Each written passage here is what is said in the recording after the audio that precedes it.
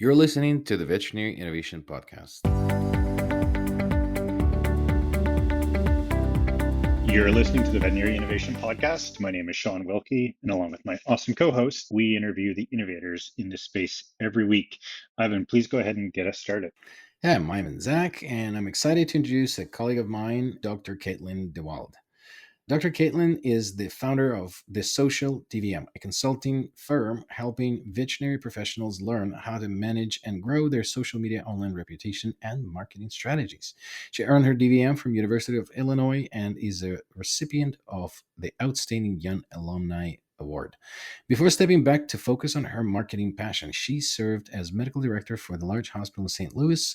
Today, she divides her time between practice consulting and writing. She's the author of the Social Media and Marketing for Veterinary Professionals textbook and a columnist for today's veterinary business. Caitlin, welcome to the show. Thank you for finding the time. Yeah, happy to be here. Thank you for asking me.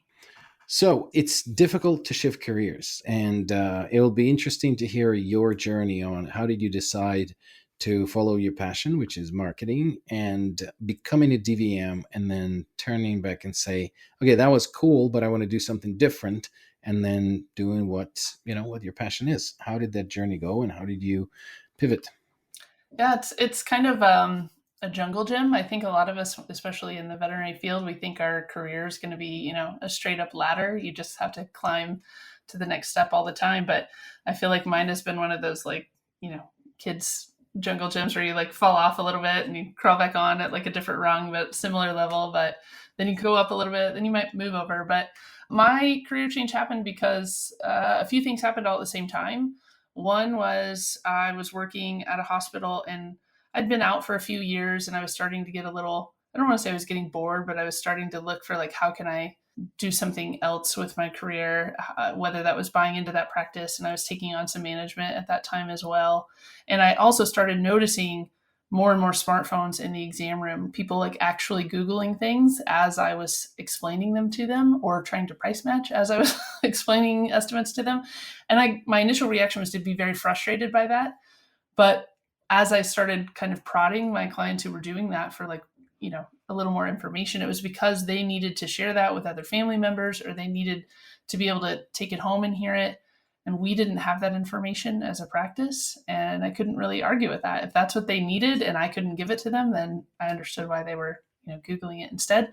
So I started a website. I taught myself how to build a website for our practice and do social media. And all of a sudden I realized that was a very powerful educator and a powerful driver of business and revenue for us. It was a little bit easier back then, 10 years ago, for sure, as far as social media advertising goes. But it was starting to work and people were noticing, and a few reps were drug reps that I was working with were starting to ask hey, could you come do a dinner lecture about this? Or could you help another vet do this? And I really liked helping because it was a new challenge and I was learning something new, but I was helping other veterinary professionals, which was fun. I also had my first son about that same time and I was going to buy the practice and at the last second, it all didn't work out, but I think was for the best reason. And I said, hey, okay, I'm going to try this marketing thing instead. And I haven't looked back since. That's awesome. So I know that a lot of people are now, I think there's three categories of vets right now when it comes to marketing, social media, and everything else.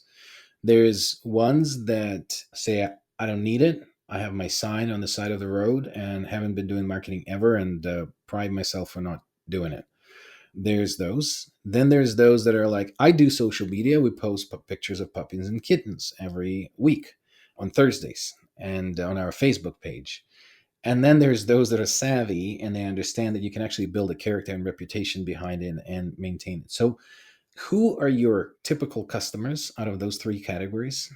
And how do you break the mold on those that either don't understand why they need this or those that know that they need it, but they're doing it completely wrong? Yeah. And, to be fair, I think it's weird to, even as I'm saying it sounds a little bit weird, but I think there are people that maybe don't need to do it. And that's okay.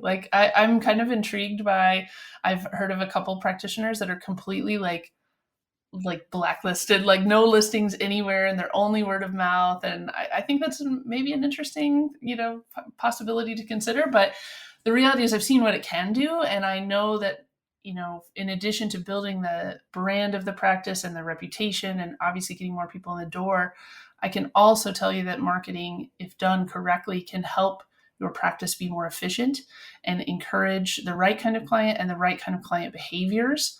So instead of the phone call that takes 8 minutes to book a appointment or to answer a question, we can do that in an asynchronous manner or a social media enabled manner, and that might be way better for your practice. So most of my clients are that third category you mentioned. They're already doing it. They know that it has power and it has potential. They just want to make sure they stay on top of it, because it's hard to do that, obviously, and it's hard to do it well for very long periods of time. The second group of people is people that are groups that are like, okay, I want to do it. I know I need to, but I hate it, or I don't know how to do it. Those are actually kind of my favorite people to work with, because it's not a good business model for me, but my favorite client is to work with somebody. I can teach somebody on the ground to do it, and then they leave and do it on their own, which is not a good long-term business strategy for me. But realistically, I think that's who does the best job. Somebody there that knows the practice, knows the clients, knows the goals. If we have somebody that has the time and energy and interest in learning, I love that. I call them my baby birds. So I teach them up, and then they fly the nest on their own and take it and run. And those are my favorite, because I think then it doesn't look the same, right? It's totally unique. It's totally, just that practice's voice coming through. And I love that. Yeah, it's so fascinating. Caitlin, one of the things that you had said there that I really want to kind of talk about a little bit more is this idea that marketing can help the practice be more efficient, and targeted marketing to an ideal customer profile, which is, maybe somebody that can afford to pay their bills and a bunch of other things. It seems like that could really help drive the operational efficiency of a vet clinic. Can you talk to us about maybe specific examples of where you've seen such a thing kind of take place and what that looked like before and after? Yeah, sure. I think the most impactful that I've seen is switching from a call first model to switching to an anything else model in terms of reaching the practice. So, when someone Googles your name or looks for your practice on social media, unfortunately, just the way that those platforms are built, especially from a Google perspective, the call button is the first one that's available. On social media, you can choose which one is available. And the default is going to be call now, but that doesn't mean that you can't change it. So if there's a book now or a send a message or a visit this link, primary large click this blue button kind of thing, we want to use that to drive to another avenue of communication. Because for most practices, and I grew up in a very rural practice, I have an urban practice now that I work in, and phones have been a problem for 25 years, right? It's not a COVID thing. It's not a size of clinic thing. Phones are not efficient, and they distract from the people that are in the practice. And even to me, if I'm seeing patients, I'm like, stop the phone, So to me, anything I can do to encourage them to use the app, to, send us an email, visit this link on the website, that's usually one of the first things that we'll tackle when we have a new client. How do we figure out what is the most efficient way of communication for your customer service team so that the client gets a good experience and they get a rapid response and not a rushed or hurried or inattentive response? But from the practice's perspective, it's much easier to sit down and batch process, 8 emails than it is to take one phone call, or if you have a line of people at the door that you need to serve too. So I would say that's a big one. We've also seen it for, of course, booking appointments, whether that's a real-time booking, depending on the service, or even an appointment request. That's a huge time saver. We have been really working with a lot of clinics on refills, because that's another major pain point for a lot of practices, either local refills or refills from an auto ship or third-party pharmacy. So trying to nudge those behaviors in the right direction. And then, of course, there's all of the other just, take advantage of this or know about X, Y, and Z. But I'm a big believer in, okay, I want to solve a problem first. And nobody's problem right now, very few practices have the problem of getting more people in the door. That's not the problem. So how can we use social media to solve a problem? Maybe it's hiring and we need to drive them to a job application or something like that. But how can we use it to solve something is always my first goal.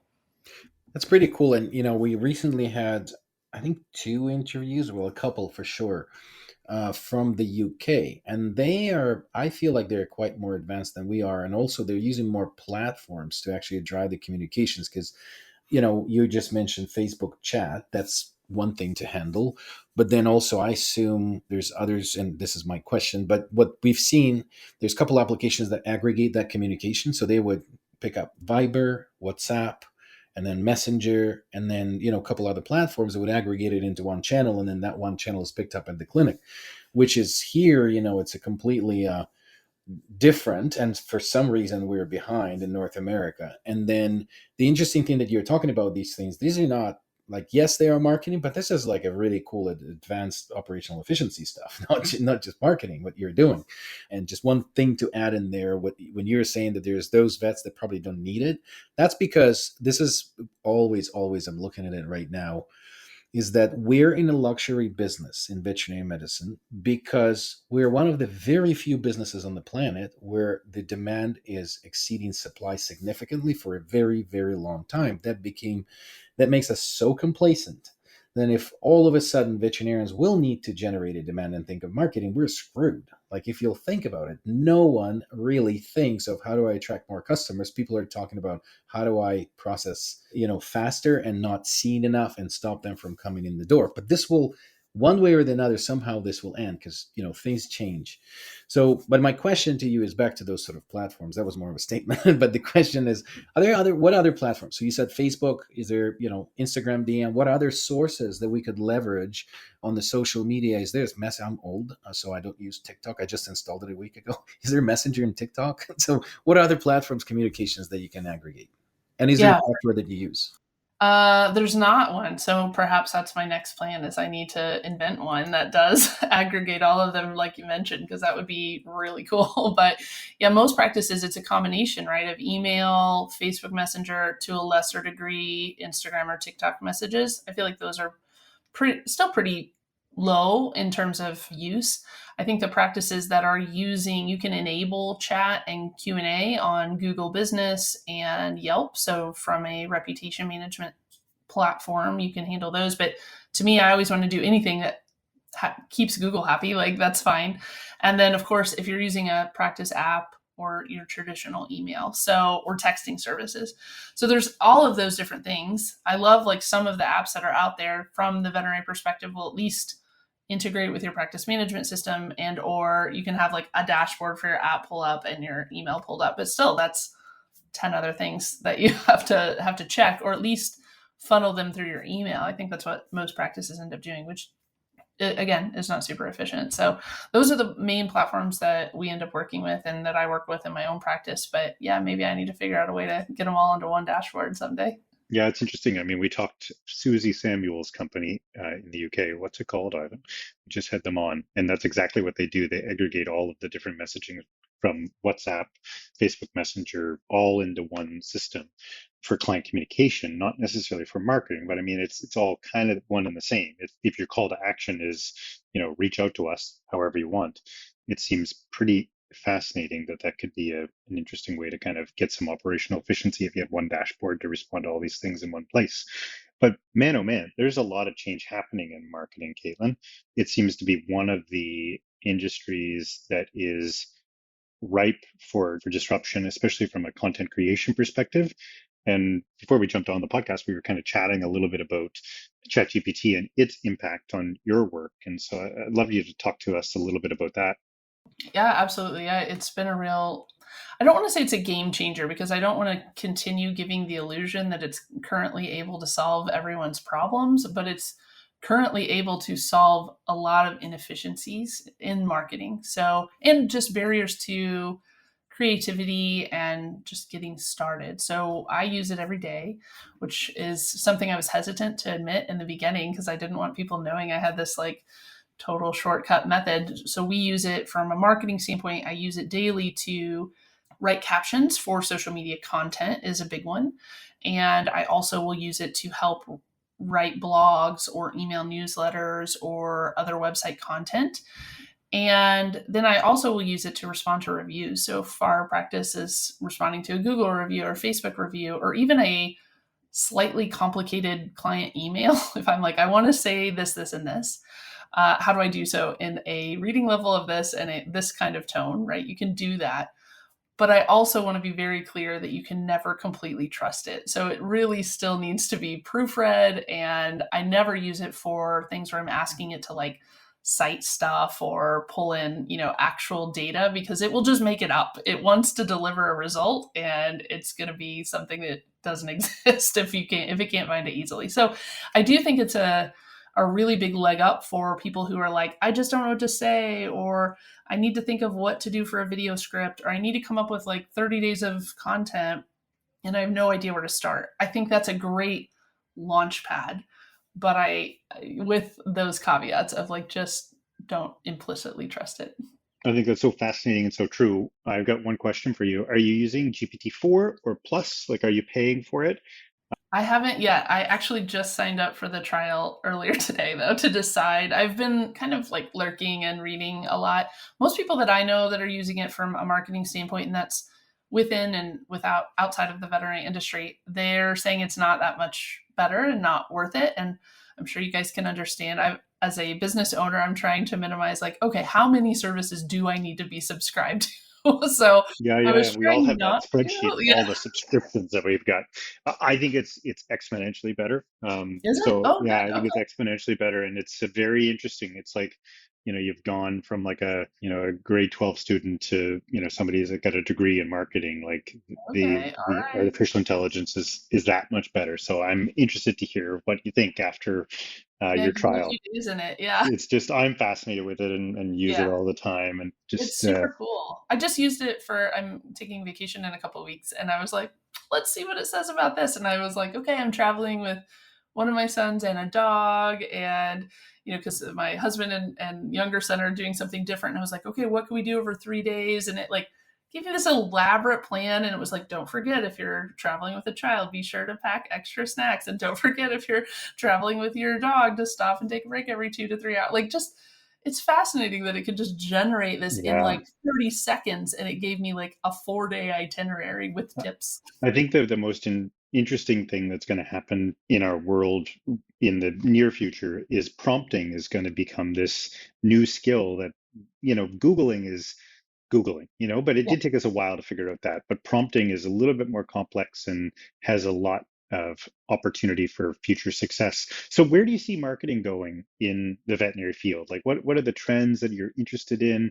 What are some things that people should be thinking about if they're out there right now thinking that maybe they should talk to somebody like you? Yeah. So I think, the big one I've kind of already spoken about, which is I think using your marketing not just for client education and bonding. Like, how can it help your practice and help save your team time? I think that's going to be a big one. I think as we may continue and our world changes and maybe there's a recession or not, there's going to be the need for marketing again for the traditional reasons of getting more people in. But I think the things that people need to be thinking about are two big points, which is one, there's a completely new generation of clients that are coming in our doors now, Gen Z. And I feel like so old now that there's a whole new group of people that have different preferences and different needs. So thinking about how to market to them. I also think, because I'm a bit of a cat nerd, is that cat owner marketing is completely different. And most of our marketing efforts, I joke that they're like golden retriever marketing efforts. Like, you just throw it out there and you assume everyone's going to love it.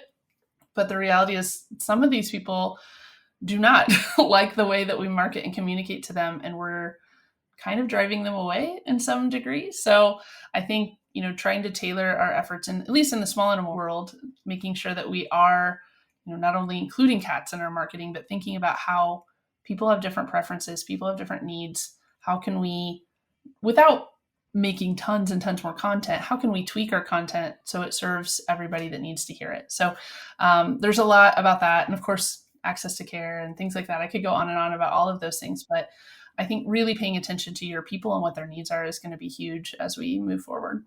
It's excellent.